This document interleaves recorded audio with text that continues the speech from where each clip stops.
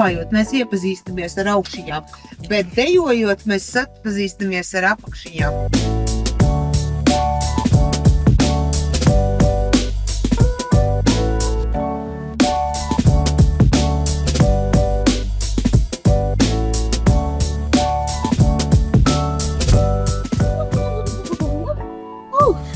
Cukur, baby. Labvakar. Salma, tu? Pagaids, kaut ko sajauc? Nē, viss kārtībā. Viss kārtībā.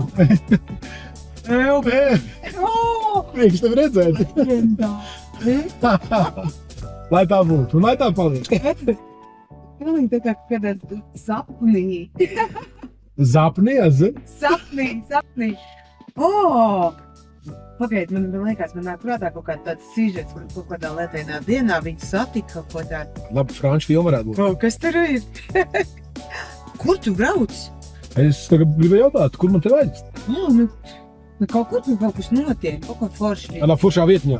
Forši. Kur nav skaļš, kur nav ļoti daudz cilvēku. Garšīgi dzērieni. Zini, kas meitenei patīk?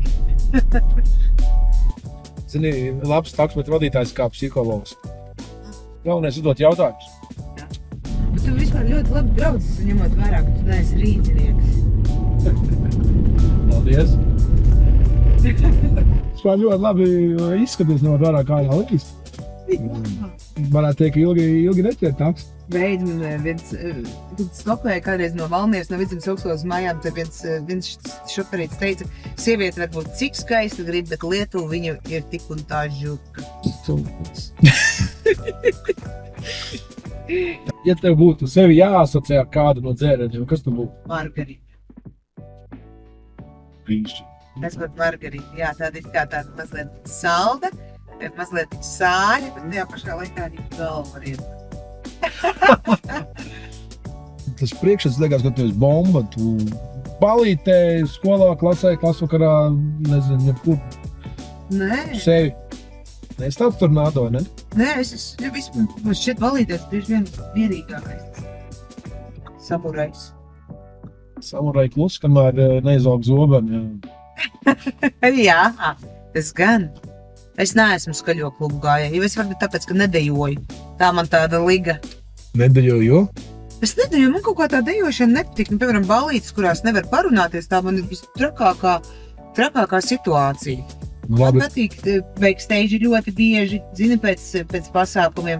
Forši tu pasēži cilvēku, parunājās, un mūzika skan, un mūzika, un dzērieni, un viss tur tā forši. Tāda drūsma, nē.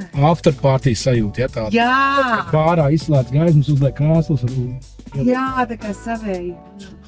Jā, tāda man sajūta arī. Jo man ar to dejošanu vispār, es pirmo reizi Rīgā biju klubā, kad es biju stipri jauna. Vēl es vienam reperim esmu albumā ierakstījusi nelielu gabali, jo es biju reperi.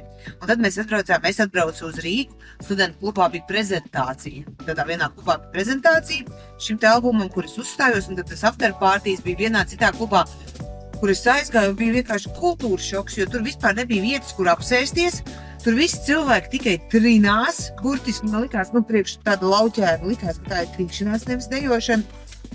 Bet veiksmīgā kārtā es atradu dāmu toltē 10 lati uz zemes. Tad man bija pa plusiem aizgāja. Tu tici veiksmēji, atrast uz ielas, ieraudzīt tādiem likumsakrībām, sako līdzi? Es ticu, ka tas ir tad, kad tu baigi nekoncentrējies, ka tu ļaujies, lai paveicās, teiksim, arī kaut kādā vakarā, ka tu nevis apzvani visus draugus un noskaidro, kur ir balle, bet ka tu ļaujies un varbūt pavelcies uz kādu piedāvājumu vai aizēju kaut ko. Bet tagad tu sēdi kādā foršā tādā lounžiņā un tur kāds simpātisks vīrietis pieceļās nāk pie tevs un saka, es vēlos ar jums mazliet līgani padejot bez deju soļiem. Tu teiksi, ko? Teiksi, nē? Es teikšu, es ļoti atvainojos. Labāk parunāju. Jā. Bet vienā klubā man bija interesanti pieredze arī reiz, es ar vienu vīrieti ļāpājām, un viņš teica, ka viņš tagad tiešot ar kaut kādām tur meitenēm padejot. Mēs tur daudzi bijām, un viņš ies ar kaut kādu meiteni padejot. Un es teicu, kā kāpēc tas ir vajadzīgs? Viņš ir tāpēc, ka klāpājot mēs iepazīstamies ar augšņām, bet dejojot mēs atpazīstamies ar apakšņām un saprotam, vai mums kaut kas vienam priekš otru te varētu būt interesants. Un? Nu, redzi, tad varbūt tas, ka man ar apakšņām vajag neinteresē sapazīties. Man patīk augšņas. Augstie plauti. Skaidrs. Nav tur ko meklēt par pagrabstāviem. Ir savu laiku, dubļus brīdi savu laiku rotājos. Kaut kas jauns. Kaut kas jauns nebija? Es ceru, ka tā nebūs visadība. Paldies, jā!